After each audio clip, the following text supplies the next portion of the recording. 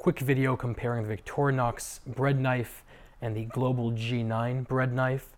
The reason I'm comparing these two is because they're both very talked about in magazines and cooking shows and whatnot. So a lot of times people find themselves trying to choose between these two blades.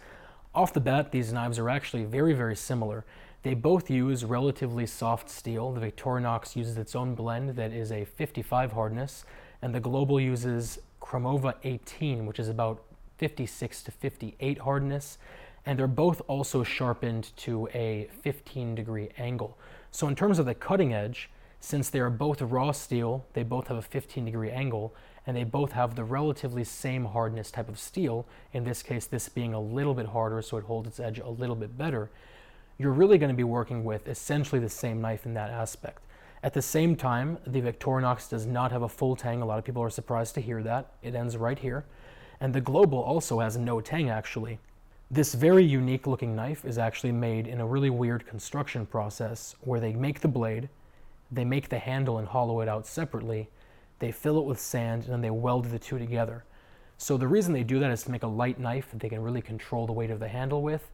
But at the same time, since it has no tang, just like this, you do have that weak point there, but as long as you're using the knife properly and not abusing it, that's sort of a moot point. Next thing is ergonomics. They're both very ergonomic knives. This fits in the hand really well. Its handle is actually Fibrox, which is where the name comes from.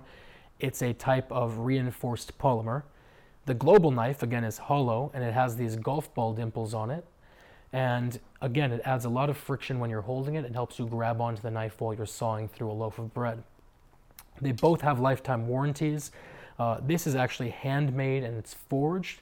This, however, is stamped and it's machine made, so that's another thing to consider.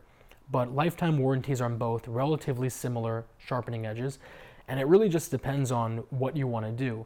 If you want a very utilitarian knife that gets the job done, this is a great deal. If, however, you want a knife that stands out in your kitchen and you love the way the Global looks, that's also going to be a great knife for you to have.